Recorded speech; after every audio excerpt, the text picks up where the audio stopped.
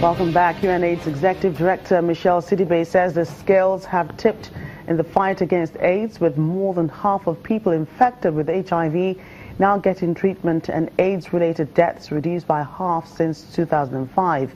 In its latest global report on the pandemic, which has killed around 35 million people worldwide, the UNAIDS agency says that there are encouraging signs in Africa, a continent ravaged by the disease.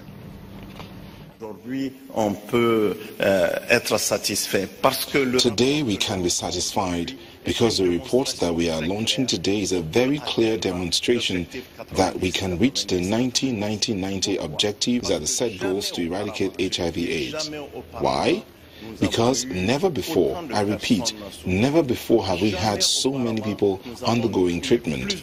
Never before have we had more people being treated than people needing treatment.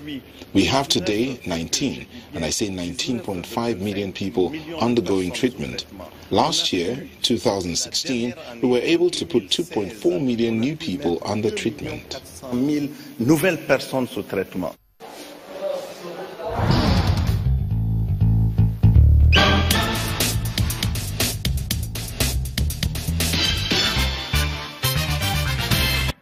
The use of social media is becoming one of the most important topics around the world. It's influencing how we conduct our daily activities and connecting with old friends as well as family. Now, social media access is also rising significantly in almost every country. Local social media users have their own behaviors, trends, culture, language, and even social media network preferences. For instance, in China, QQ is the most popular social network and not Facebook. In Russia, the top two most used social media platforms are Odnoklassniki and Kontakte. But in Nigeria, the case is quite different. Indigenous apps like LinkUp is one of those that's trying to close that gap. Well, joining us to tell us some more about this app is co-founder of LinkUp, Jane Iloanya.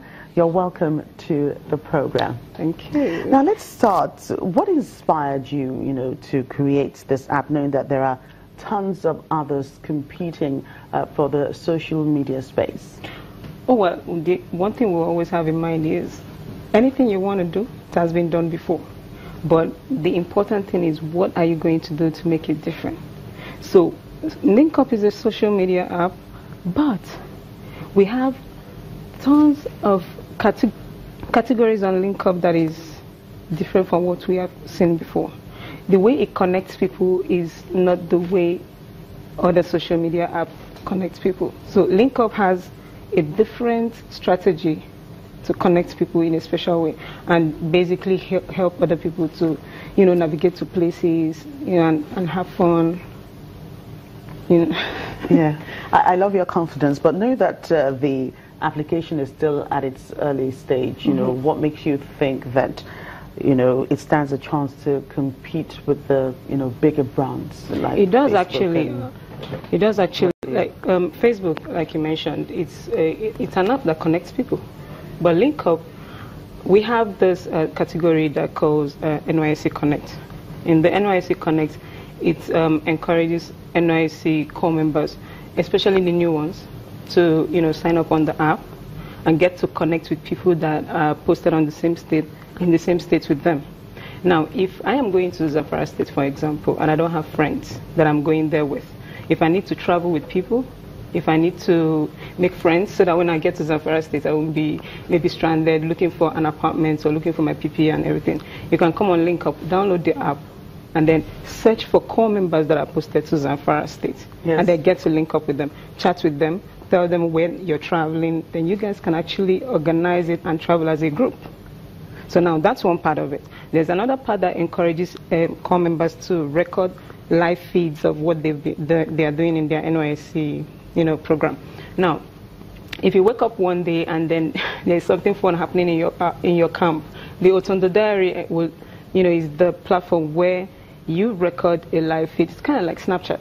So now LinkUp incorporates every single thing you find in every other social media and more.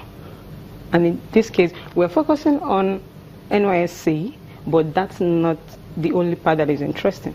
We have the post a date and grab a date part of Link Up as well. That part you can decide to go for a movie, and you don't have a partner to go to the movie with. What you do, you come on Link Up, you post your movie date, post a description of the movie and the time and the day you want to go for the movie date. And other people that comes onto the app, they will browse the date feeds. If they find your date interesting, they can grab it. Now you have the right to award the date to whomever you seem please. Even if you don't award it to anybody, if you reject it, that person will definitely not get a notification that it has been rejected. But now imagine an app that says don't be bored. You're at home and you don't have anything to do. You can just post that you want to go for lunch or something, and then someone will come on the app and grab the date and go to lunch with you. But in this, I find it very interesting. Okay. It's very interesting, but there's also the part of, we've had, issues in Nigeria where, we've had, the social media being quite negative. We've had deaths as a result of social media. How safe is it, to allow strangers to come with you on lunch dates to go? We don't even know who they are. So how safe is this? First, when you're signing up on the app, you have to put your information, what you do, where you went to school, where you served. So on your profile, when I come onto your profile, I'm seeing the university where you went to, I'm seeing your primary school, and I'm seeing where you did your NYSC, and I'm seeing your name. Now, we encourage people to, it automatically detects your email address. So you can't even put a random email address. It will detect the one, it's on Play Store right now. It's only on Android right now. It automatically detects that particular email you used to sign up on Play Store. So that way, you are not putting any random email address. So basically, we have at least 3 major things to identify you.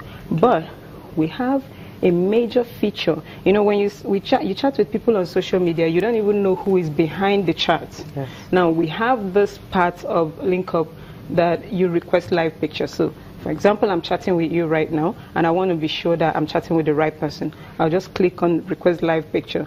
It automatically takes a picture of you, a selfie of you. It will not allow you to take a picture from your gallery. It only allows you to take a live picture and send to me. Now, if the live picture you sent to me did not match with the picture on your profile, then you have something to hide.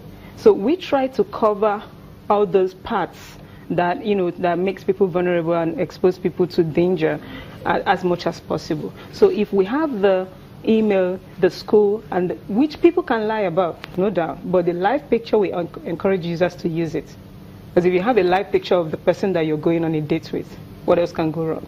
You can as well just share it to your family, like, oh, see you, I'm going on a movie day. Yes. And if they say, let's meet at Silverbird Cinema, you're going to Silverbird Cinema, and after the movie, it depends on you as an adult if you want to go grab popcorn or whatever with the person, but at least you need to have a conversation with this person, and while you're having this conversation, you request the live picture. Are there any regulations or policies that you think that the government, can put in place to help local apps like yours, get a further boost? You see, like this app that we've designed right now, we've been trying as much as possible to put it out there. Now, the fact that it encourages NYC YouCorps members to connect is enough for the government to actually be interested in something like this. Like a show like this that encourages tech people to come on the show and then explain what they do. If the government can even sponsor more shows like this, and then we come out there and tell people what we've been coming up with. I mean, people have been used to Facebook and everything, but this is a Nigerian app, designed by Nigerians, built by Nigerians. Thank you so much. Why not? Yeah, thank you so much for your thoughts on that. The co-founder of Link Up, Jane Iluanya, thank you for your time on Network Africa. Thank you.